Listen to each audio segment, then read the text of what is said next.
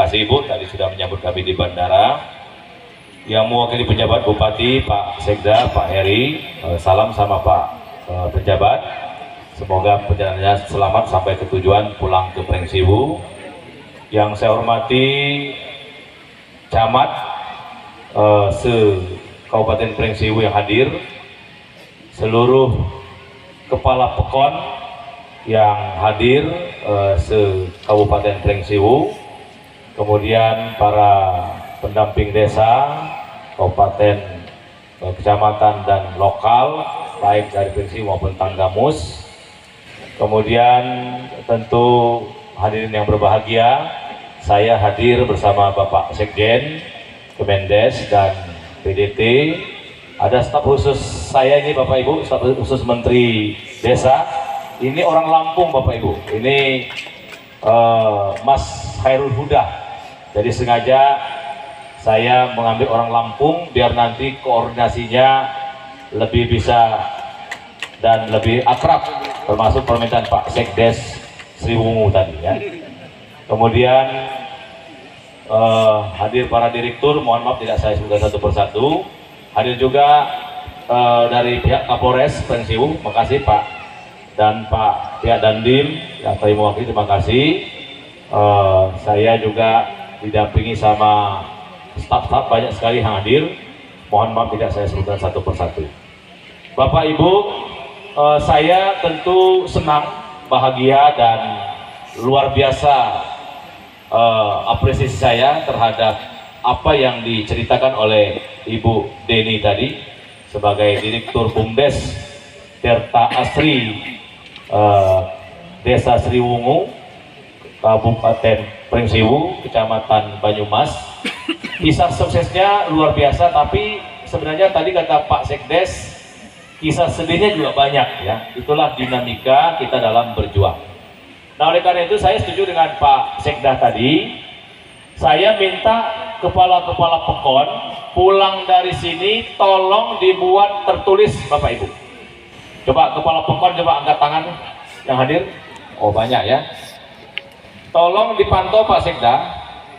Dan ini saya sampaikan dimanapun saya berkunjung. Saya minta bupati, camat dan semua kepala desa, kalau di Lampung kepala pekon, memetakan, memapping apa potensi desa masing-masing.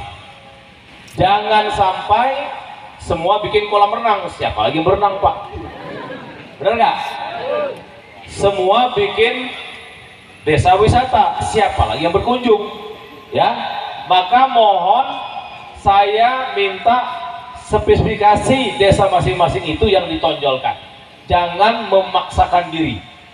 Nah, yang lebih terbuka peluang adalah program Bapak Presiden Prabowo Subianto.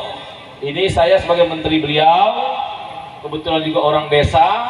Betul tadi kata Pak Sekdes, saya kalau pulang kampung lewat Prengsiwu, lewat Tanggamus, lewat pesisir barat, masuk ke Bintuhan, sampai ke kampung saya Pak, di Bengkulu Selatan ya. Jadi ini apalah saya kalau daerah-daerah ini kan sering mampir.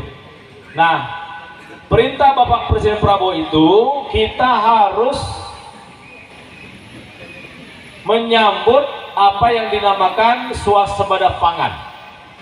Jadi mohon, tadi saya lihat kiri kanan jalan sudah banyak pemanfaatan lahan yang luar biasa.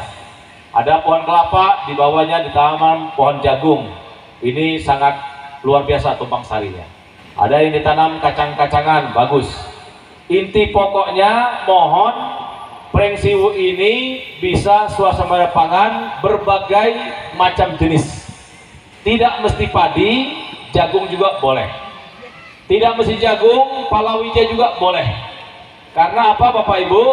Ujungnya itu adalah kita dalam rangka menyambut makan siang bergizi. Mohon seluruh BUMDes pakai e-katalog untuk ikut berpartisipasi dalam menyiapkan bahan baku makan siang bergizi. Jangan sampai desa-desa yang atau pekon-pekon yang ada di Prengsiwu ini menjadi pasif Bapak Ibu, atau menjadi penonton, atau hanya sekedar penikmat dari makan siang bergizi itu untuk anak-anak yang ada di kampungnya. Jangan. Karena makan siang bergizi itu banyak yang dibutuhkan, ya. Perlu cabai, perlu tomat, perlu timun, perlu semangka, perlu telur, perlu daging ayam, perlu ikan, perlu sambal dan lain sebagainya. Nah, maka kalau bisa nih Pak Sekda, Pak Heri, coba dibuat tematik aja Pak. Desa ini desa tomat. Nah, udah, tomat dibuat, dibimbing. Saya sudah kerjasama dengan Menteri Pertanian. Kalau ada persoalan pupuk, persoalan benih, saya bisa lapor pada Pak Menteri Pertanian. Desa tetangganya mungkin desa cabai. Wah, jadi itu juga bisa wisata juga itu. Siapa anak-anak mau lihat pohon cabai bisa di situ. Mau lihat tomat bisa di situ. Mungkin ada desa atau pekon nila, ikan nila, atau ikan mas, Bu Kades. Jadi nanti dari 126 ya, 126 pekon itu akan bisa saling melengkapi. Karena kalau semuanya nanam cabai se-Pringsiu, cabainya bisa inflasi, bisa busuk, harganya nggak bagus, petani yang dirugikan. Atau kalau nanam tomat semua juga bisa berbahaya. Maka mohon Bapak Ibu pulang dari sini buat tertulis, karena ini akan dilombakan secara nasional. Siapa yang paling baik nanti, tentu insya Allah akan ada penghargaan dari pemerintah pusat, ya. Termasuk kita kerjasama dengan TNI Polri, ya. Waktu MOU dengan Menteri Pertanian, kita akan melibatkan TNI Polri untuk swasembada pangan yang ujungnya itu adalah bahan baku makan siang bergizi. Jadi mohon Bapak Ibu, makan siang bergizi sudah akan dimulai. Kami juga bekerja sama dengan Badan Gizi Nasional, Badan Pangan Nasional. Memang dananya baru 71 triliun, tapi akan naik terus sampai ke angka 400 triliunan kebutuhannya itu. Maka kita minta uang yang besar itu dari desa untuk desa dan bisa bermanfaat untuk Indonesia, ya. Jadi kira-kira situsnya begitu Bapak Ibu, ya. Jadi kalau ada desa yang ada di Pringsiu ini, mohon dipetakan sedemikian rupa. Kalau memang bagus, tadi bisa jadi juara tingkat nasional, ya. Apalagi tadi desa Sriwungu kan sudah pengalaman mendapatkan penghargaan dari ketiga menjadi kedua, ya Pak. Jadi saya setuju Pak Sekda, tidak boleh semua bikin kolam renang, tidak boleh semua bikin cabai, tidak semua bikin tomat. Tolong dipetakan, ya, dimanfaatkan. Tapi kalau ada desa wisata lagi nggak apa-apa. Dari 126 itu kan kalau baru satu terlalu sedikit. Dan mohon dimaksimalkan BUMDesnya.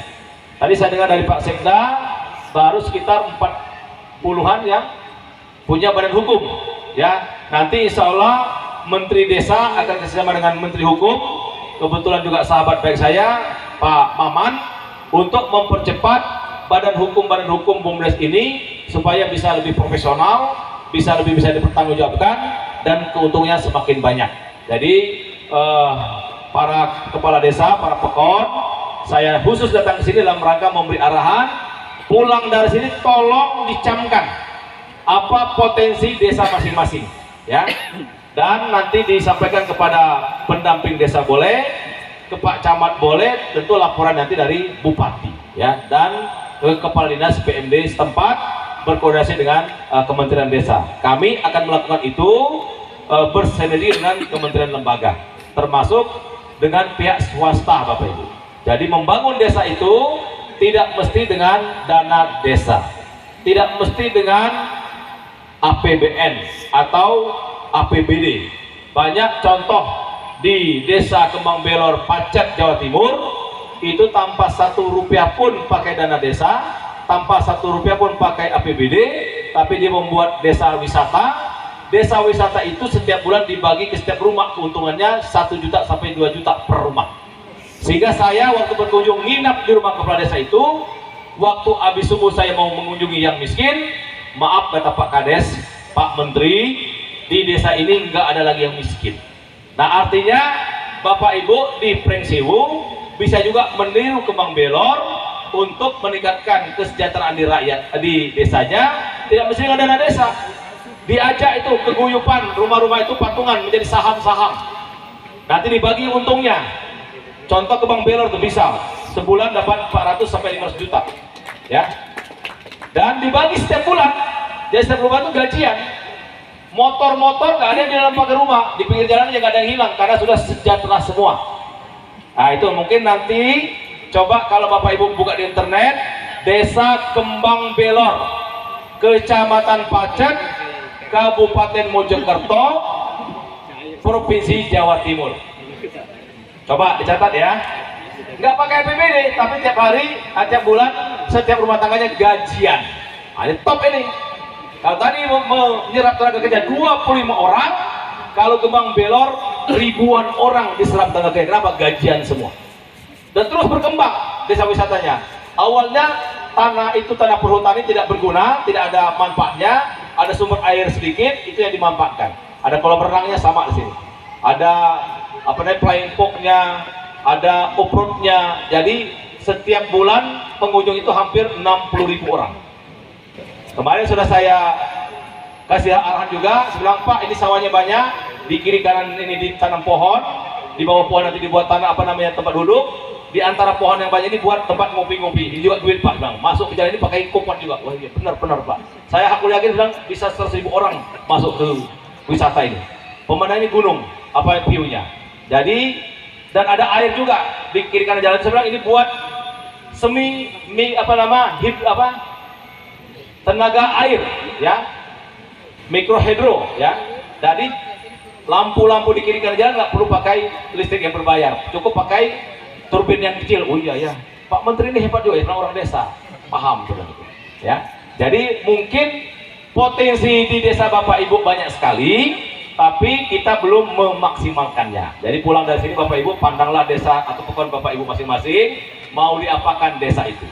Karena bangun desa, bangun Indonesia, desa terdepan untuk Indonesia Bapak Ibu. Ya, jadi jangan sampai desa tidak berbuat apa-apa. Siap Bapak Ibu? Pendamping desa tolong bekerja dengan baik, awasi, dampingi, apalagi ini forum diskusi pendampingan pemberdayaan masyarakat desa. Mohon potensi desa disampaikan ke kami ya. Kalau lebih cepat lebih baik. Nanti kalau ada potensi yang perlu kita kerjasamakan dengan pihak ketiga, kami akan sambungkan Bapak Ibu. Contoh lagi di Desa Ngoran, Kecamatan Ngelegok, Kabupaten Blitar, Jawa Timur juga saya kunjungi. Nama kepala desanya Pak Saiful Umam. Ya, kalau yang Kembang Belor tadi Pak Gandu panggilannya, tapi nama lengkapnya Pak Mokhtar Effendi. Nah, di Ngoran ini Bapak Ibu, dulu juga desa miskin. Dia buat BUMDes, apa yang dilakukan? Hilirisasi produk desa. Apa itu? Bikin kendang jembe namanya. Nilai ekspor per tahun 18 miliar. Oh, kalau kulit sapi dijual ke pasar paling 50.000 atau 100.000 dibuat kerupuk kulit, atau dibuat kalau kami itu dibuat untuk campur masak terong itu loh, belulang apa itu, ya kan? Kikil, murah. Tapi ketika dibuat kendang dijual ke Cina, Tiongkok setahun 18 miliar. Banyak duitnya itu, ya kan? Di Kutai Timur, saya juga makan ke sana. Desa punya BUMDes, hebat ya, karena di situ banyak perkebunan sawit, perusahaan-perusahaan besar, diajak kerja sama. Setahun dia dapat 28 miliar BUMDesnya. Nah ini apa yang saya ceritakan ini, maka saya sekarang belajar masalah sukses story supaya bisa direplikasi, bisa dicontoh oleh desa-desa lain yang belum maju. Artinya Bapak Ibu, saya setuju dengan Bu Dini tadi, kalau yang lain bisa, kenapa yang kita nggak bisa? Sama aja, posisi sama-sama ada, sama-sama Indonesia, sama-sama desa. Ya, jadi mohon sekali lagi saya berharap makan siang bergizi itu harus Bapak Ibu sambut dengan kegembiraan.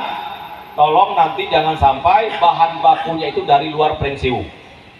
Ya, misalkan datang dari mana nih banyak penghasil sayuran sini?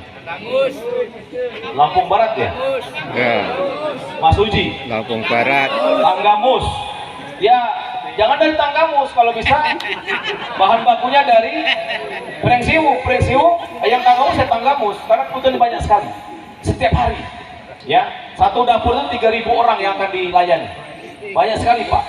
Saya nggak mau nanti cabenya dari Tanggamus, tomatnya dari Tanggamus, jangan ya. Kalau kurang baru boleh masuk sebagian, tapi jangan semuanya, karena itu akan menggerakkan roda ekonomi yang ada di desa Bapak Ibu masing-masing. Ya tolong Pak Sekda, salam sama Pak pejabat Bupati, dimusyawarahkan lagi, didetailkan lagi setelah saya pulang apa potensi desa masing-masing. Jadi program Pak Prabowo 4, swasembada pangan itu di desa, termasuk swasembada energi juga banyak di desa.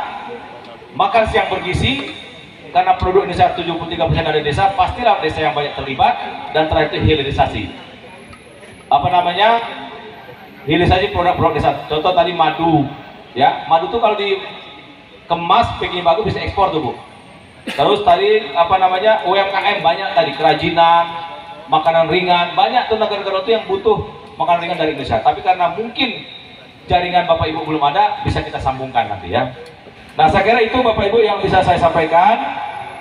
Semoga dengan pertemuan ini desa-desa atau pekon-pekon di Pringsiwu insya Allah menjadi pekon-pekon terbaik di Indonesia, termasuk yang di Tanggamus. Tanggamus itu banyak kopi itu kan, daerah Ulu-Belu ya kan. Kemudian apa, bendungan apa namanya itu? Batu Tegi itu kan banyak manfaat sebenarnya situ. Kemudian daerah